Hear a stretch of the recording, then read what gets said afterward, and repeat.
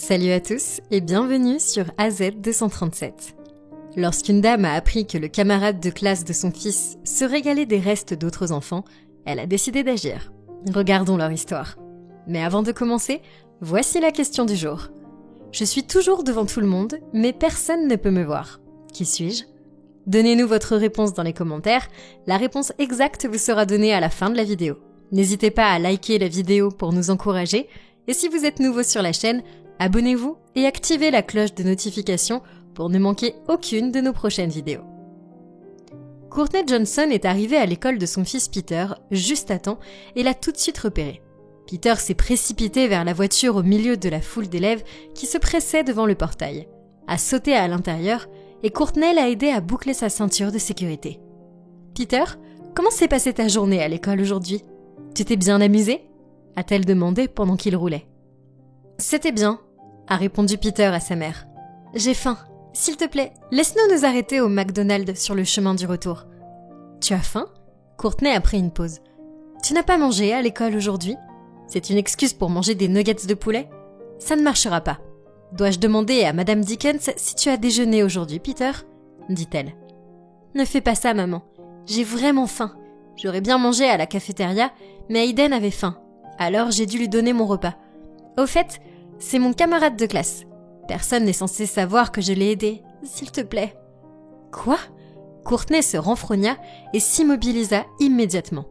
Pourtant, à l'école, chacun reçoit sa propre nourriture. Pourquoi lui as-tu donné la tienne, Peter ? Maman, Hayden ne mange pas avec nous, a révélé Peter. Il prétend que sa mère n'est pas en mesure de payer son déjeuner. Tous les jours, je le vois. Il attend que tout le monde ait fini de manger pour se cacher dans la cour de récréation et manger les restes pour que personne ne puisse le voir. Un jour, je l'ai rencontré par hasard et il m'a tout raconté. Il m'a demandé de ne le dire à personne, car il pensait que tout le monde se moquerait de lui. Nous avions un cours de sport aujourd'hui, alors tout le monde avait vraiment faim et a terminé son repas. Je savais qu'Hayden ne serait pas capable de manger, alors je lui ai offert mon repas. J'ai également demandé à mes amis de l'aider, ils ont donc partagé leur repas également. Courtney était ravie d'apprendre que son fils avait été si gentil qu'il avait aidé un camarade de classe dans le besoin. Elle était fière du courage que son fils avait eu pour pouvoir aider ce pauvre enfant dans le besoin. Mais elle se demandait ce qui n'allait pas chez les parents d'Hayden pour qu'il se retrouve à se débrouiller avec les restes de repas de ses camarades. Elle a eu pitié du garçon et de ce qu'il avait enduré jusqu'à présent à cause de la situation financière de sa mère. Elle a téléphoné à la maîtresse de Peter dès leur retour à la maison ce jour-là pour en savoir plus sur Hayden. « Madame Dickens, bonjour. J'espère que vous allez bien. En fait, je voulais juste me renseigner sur Hayden. N'est-ce pas le camarade de classe de Peter ? Hayden aurait des difficultés financières, selon Peter. Y a-t-il quelque chose que je puisse faire pour l'aider ? C'est vraiment gentil de votre part, Madame Johnson. Hayden est un jeune homme doué, l'un des plus brillants à mon avis. Cependant, les choses ne vont pas si bien pour lui en termes de famille. Sa mère a une relation très difficile avec son conjoint. C'est donc ce problème qui affecte Hayden. Oh mon Dieu, ce n'est pas une surprise. Je suis désolée de vous déranger avec ça, Madame Dickens. Je ne devrais pas entrer dans leurs problèmes familiaux, mais quel est précisément le problème ? Ils sont divorcés ? Demanda-t-elle. La mère d'Hayden est une mère célibataire, mais il y a un litige concernant la pension alimentaire et elle est malade. Donc, les choses sont un désastre complet, a répondu l'institutrice. Courtney s'est sentie désolée pour la situation difficile d'Hayden et elle voulait faire quelque chose pour l'aider. Alors, elle a imaginé une stratégie. Elle a essayé quelque chose qui pourrait fonctionner. « Madame Dickens, poursuivit-elle joyeusement, pourriez-vous me rendre un petit service ? » « Bien sûr, pourquoi pas ? Je serai heureuse de vous aider, » a répondu l'institutrice. Est-il réaliste d'organiser une réunion avec tous les parents des camarades de classe d'Hayden et de Peter ? Je voudrais discuter des choses avec eux. J'ai simplement eu cette idée lumineuse d'aider Hayden. Est-ce que vous pourriez m'aider à le faire ? Madame Dickens a pris une pause. Nous aurions besoin de la permission du principal, je suppose, bien que ce ne soit pas vraiment une chose officielle. Ce n'est pas grave puisque je pourrais simplement dire que j'ai besoin d'organiser une réunion. Quand voulez-vous les rencontrer ?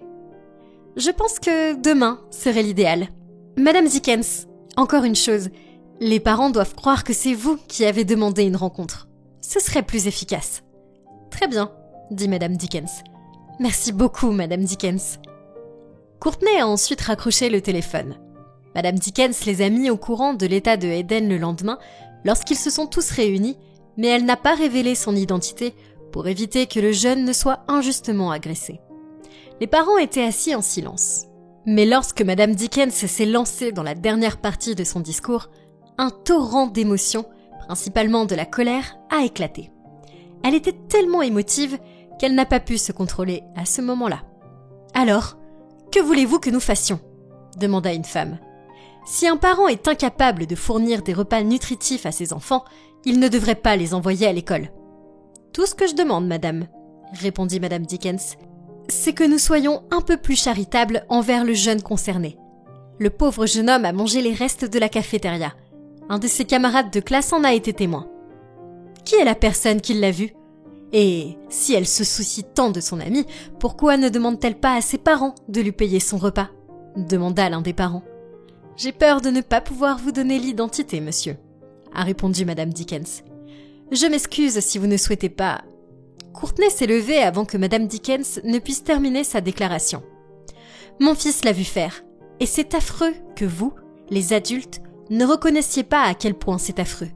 C'est quelque chose que nous devrions prendre au sérieux et non à la légère. » La mère d'Eden a également assisté à la conférence, assise dans un coin et couvrant son chagrin lorsqu'elle a appris que tout le monde parlait de son fils. Elle savait que cela devait être son fils. « Alors, allez-y et aidez-le !» hurla le monsieur. « Monsieur, bien sûr, je le ferai. Mais d'abord, vous devez comprendre toute la vérité. La famille d'un petit garçon connaît des difficultés financières et il ne peut même pas acheter un repas. Savez-vous à quel point cette situation est grave ?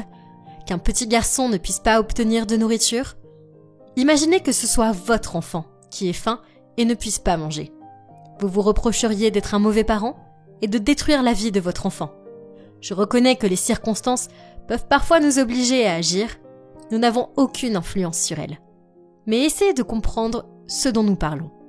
Le garçon attend que ses amis quittent la cafétéria après avoir mangé pour se remplir l'estomac, puis il se cache et les mange pour éviter les moqueries des autres élèves. Et qu'avez-vous fait pendant ce temps ? Vous êtes tous occupés à porter un jugement sur lui et sa famille. Qu'est-ce que vous en pensez ? Vos enfants sont bien supérieurs aux enfants des autres ? Ils partagent souvent leur nourriture avec lui et l'aident. Cela montre à quel point la jeune génération est plus mature que ses aînés. Pour régler ce différend, nous avons deux options. Continuer à porter des jugements ou faire un pas en avant et le soutenir d'une manière qui ne mette pas en danger sa dignité ou celle de ses parents. Tout ce que je demande, c'est que vous fassiez tout ce que vous pouvez pour que nous puissions l'aider. Tout ce que vous avez à faire pour l'aider, lui ou ses parents, contribuera grandement à lui assurer une bonne santé et une bonne éducation. Courtney ouvrit son portefeuille et sortit $200 et les déposa sur la table de Madame Dickens. La salle entière est devenue silencieuse. Puis, une salve d'applaudissements a éclaté et les parents ont commencé à déposer l'argent sur la table un par un. Quelques parents ont quitté la salle sans donner, mais c'était tant mieux, puisqu'ils avaient réussi à récolter assez d'argent pour couvrir les dépenses du déjeuner d'Eden jusqu'à la fin de l'année scolaire. La mère d'Eden s'est approchée de Courtney alors qu'elle s'apprêtait à monter dans sa voiture devant l'école et l'a remerciée pour son geste. Elle a déclaré qu'elle se sentait mal à l'aise et qu'elle était consciente de ce qui se passait, mais qu'elle n'avait pas les moyens d'aider son enfant. Courtney l'a rassurée en lui disant que tout irait bien. Lorsque Peter est rentré de l'école 2 jours plus tard, il avait de bonnes nouvelles. « Maman, maman !» a-t-il annoncé en courant vers elle. « Il n'a plus besoin de consommer les restes. » Sa mère lui répondit. « Nous l'avons aidé. »« Maman, tu es très cool. » Courtney lui a fait un sourire aimable. « C'est fantastique, chérie. Je suis heureuse qu'Eden soit satisfait maintenant. » Quelle est votre opinion au sujet de cette histoire ? Dites-le nous dans les commentaires. Et maintenant, la réponse à la question du jour, l'avenir. Bravo à tous ceux qui ont trouvé la bonne réponse. Nous voici arrivés au terme de cette vidéo. Merci de l'avoir regardée jusqu'à la fin. Surtout, n'oubliez pas de la liker et de la partager autour de vous. À très bientôt sur AZ 237.